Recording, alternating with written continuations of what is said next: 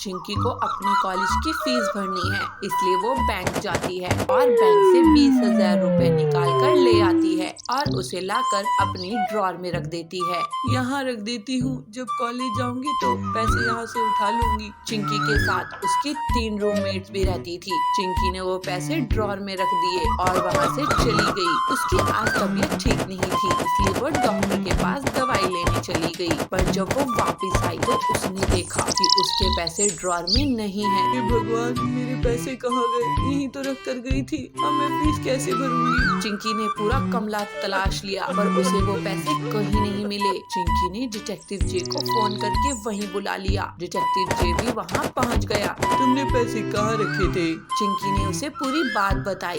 2 minute बाद चिंकी की तीनों रूममेट्स भी आ गई। डिटेक्टिव जे ने उनसे एक एक करके पूछताछ की। तो पहले पुष्पा कहती है, मैं तो सुबह से कॉलेज में ही थी। हाँ, लंच में जरूर आई थी, पर खाना खाकर चली गई थी।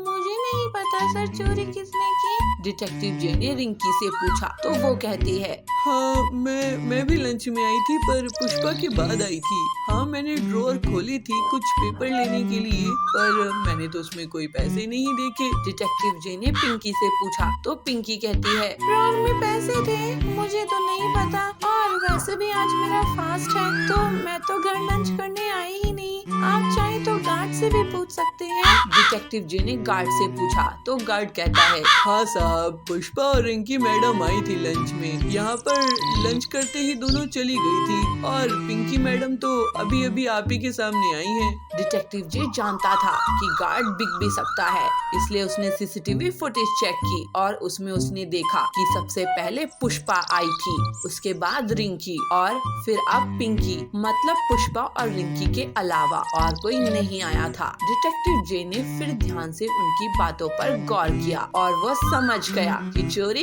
किसने की है। क्या आप बता सकते हैं कि चोरी किसने की है? चोरी रिंकी ने की है। उसे कैसे पता कि पैसे ड्रॉअर में रखे थे? ड्रॉअर वाली बात का तो जिक्र हुआ ही नहीं था। बस यहाँ बात हुई थी कि चिंकी के पैसे चोरी हुए हैं। हाँ, थोड़ा शक पिंकी पर भी गया था, पर हो सकता है उसने रिंकी की बात से अंदाजा लगाया हो कि पैसे शायद ड्रॉअर में रखे हो, इसलिए उसने ड्रॉअर वाली बात कही हो। और सीसीटीवी देखने पर भी पता चल जाता है कि पिंकी सबसे बाद में आई थी। इससे अब डिटेक्टिव जे को सब साफ हो गया था। डिटेक्टिव जे ने रिंकी के बैग की तलाशी ली तो उसे उसमें ही पैसे मिल गए। हाँ, मैंने ही पैसे चुराए थे क्योंकि मुझे पैसों की बहुत जरूरत थी। मुझे भी अपने कॉलेज की फीस भरनी थी और मेरे मम्मी पापा ने पैसे देने से मना कर दिया था, इसलिए मैंने ये चिंकी के पैसे चुराए। Chinki, I am sorry. Chinki ने उसे माफ कर दिया, लेकिन उसकी गलती की उसे सजा जरूर मिली। डिटेक्टिव जे ने की केस सॉल्व कर दिया।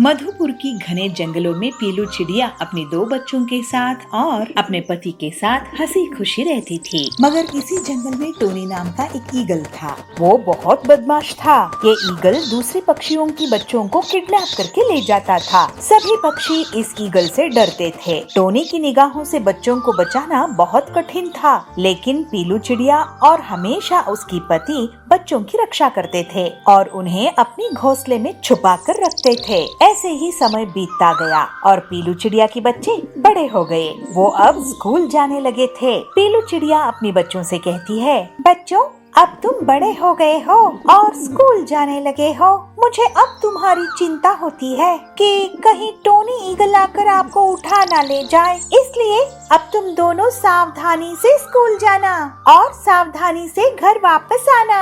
अगर कोई तुम्हें कुछ खाने के लिए देता है तो मत खाना।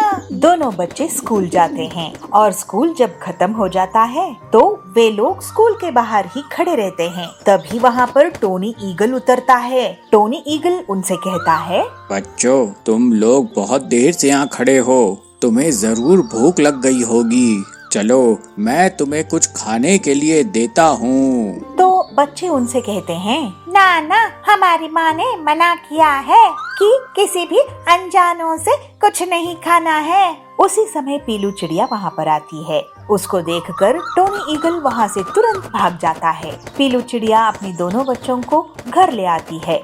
घर पहुंचकर दोनों बच्चे अपनी माँ से कहते हैं, माँ, जब आप नहीं पहुंची थी तब वहाँ पे एक ईगल आया था और ना हमें बार बार कुछ खाने के लिए कह रहे थे, लेकिन हमने उनसे कुछ नहीं लिया। आप जैसे ही वहाँ पहुँचे वो तुरंत उड़ गए। तो पीलू चिड़िया सोचती है वो जरूर ईगल ही होगा जो उसके बच्चों को किडनैप करने वाला था। पीलू चिड़िया को कुछ समझ में नहीं आ रहा था और वो डर जाती है। डर के मारे वो अपनी एक दोस्त चीचू कौवे के पास जाती है। पीलू चिड़िया चीचू कौवे से कहती है, चीचू, आज जो मेरे बच्चे स्कूल के बाहर मेरे इंतजार कर रहे थे, तभी वहाँ पर टोनी ईगल आया। वो उन्हें कुछ खाने के लिए कह रहा था। अगर वो गलती से भी कुछ खाते और बेहोश हो जाते तो टोनी ईगल उनको उठा ले जाता। मुझे बहुत डर लग रहा है, तुम कुछ आइडिया बताओ ना। तो चीचू कौवा कहता है, टोनी ईगल बहुत बदमाश है। वो बहुत सारे बच्चों को ऐसे ही किडनैप करता है। वो बहुत खतरनाक है। एक आइडिया है, तुम अपने बच्चों को एक पासवर्ड बताओ, फिर जब उन्हें कोई भी लेने के लिए आए तो वो बच्चे उससे वो पासवर्ड मांगेंगे। अगर वो पासवर्ड सही बताता है तो बच्चे उसके साथ चले जाएं, नहीं तो। ऐसा कहकर कौवा चुप हो जाता है। पीलू चिड़िया घर पहुंचकर अपनी दोनों बच्चों के कान में एक पासवर्ड बोलती है और कहती है, जब भी तुम्हें कोई लेने आए तब आप इस पासवर्ड को पूछना। अगर वो पासवर्ड गलत बताता है तो उसके साथ नहीं जाना। टोनी ईगल उन दोनों बच्चों पर निगाह रखता है। इन बच्चों की माँ बहुत शातिर है। इन बच्चों को बहुत अच्छे से बचा के रखी है, लेकिन मैं भी जानता हूँ इनको कैसे किडनैप करना है। ऐसे ही एक दिन पीलू चिड़िया की दोनों बच्चे स्कूल के बाहर अपनी माँ का इंतजार कर रहे थे। तभी वहाँ पर टोनी ईगल पहुँचता है और बोलता है, बच्चों, तुम्हें लेने के लिए तुम्हारी माँ ने मुझे भेजा है, चलो मेरे साथ। बच्चे एक दूसरे को देखते हैं और ईगल से कहते हैं, माँ ने आपको एक पासवर्ड बताया होगा, वो पासवर्ड हमें बताइए। तुम्हारी माँ ने मुझे एक पासवर्ड बताया तो था, लेकिन वो मैं भूल गया हूँ। चलो, बहुत देर हो रहा है, तुम्हारी माँ फिक्र कर रही होगी, मेरे साथ चलो। बच्चे ईगल के साथ जाने से मना कर देते हैं। ऐसा देखकर टोनी ईगल को गुस्सा आ जाता है और वो उन दोनों बच्चों को जबरदस्ती पकड़ लेता है। दोनों बच्चे डर के कारण मदद के लिए चिल्लाते हैं, अरे बचाओ बचाओ, ये चील हमें किडनैप कर रही है। बच्चों की चीख को सुनकर वहाँ पर तुरंत पुलिस पहुँच जाती है। टोनी ईगल पुलिस को देखकर भागने की कोशिश करता है, लेकिन आखिरकार टोनी ईगल पुलिस के हाथ में आ जाता है और पुलिस उसे जेल में बंद कर देती है। और इसके बाद पीलू चिड़िया को अपनी होशियारी के लिए इनाम दिया जाता है। इस तरह से पीलू चिड़िया की समझदारी के कारण जंगल से टोनी ईगल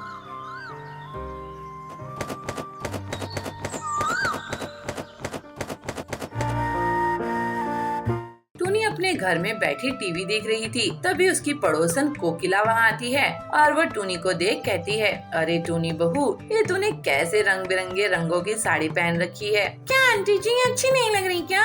अरे बिल्कुल भी नहीं, चल जा कोई दूसरी साड़ी पहन कर आ, तू नई नवेली बहू है, कुछ अच्छे रंग की साड़ी पहना कर। ठीक है आंटी जी, मैं अभी आपको कुछ साड़ी पहन कर दिखाती हूँ, फिर आप बताना मैं कैसी लग रही हूँ। टूनी अपने कमरे में जाती है और अलग अलग रंगों की साड़ी पहन कर आती है, लेकिन कोकिला को कोई भी साड़ी पसंद नहीं आती। लेकिन जब टूनी एक हरे रंग की साड़ी पहन कर आती है तो कोकिला कहती है, हाँ ये साड़ी बहुत अच्छी लग रही है टूनी बहू, वैसे तुझ पर हरा रंग सबसे ज्यादा खिलता है, तू इसी रंग की साड़ी पहना कर। टूनी की तारीफ करके कोकिला वहाँ से चली जाती है और तभी टूनी की सास चंपा भी आती है और कहती है, अरे टूनी बहू, ये साड़ी तो बहुत खिल रही है तुझ पर, ला मैं तेरी नजर उतार दूं, कहीं तुझे किसी की नजर न लग जाए। चंपा अपनी बहू को काला टीका लगा देती है और उसकी नजर उतारती है और उसकी बलाई भी लेती है। तभी उसका पति सोनू भी उसकी तारीफ करता है, अरे आज तो तुम एकदम हीरोइन लग रही हो, पटाखा लग रही हो। हाँ सच में, कहीं आप झूठ तो नहीं बोल रहे? अरे नहीं नहीं टूनी,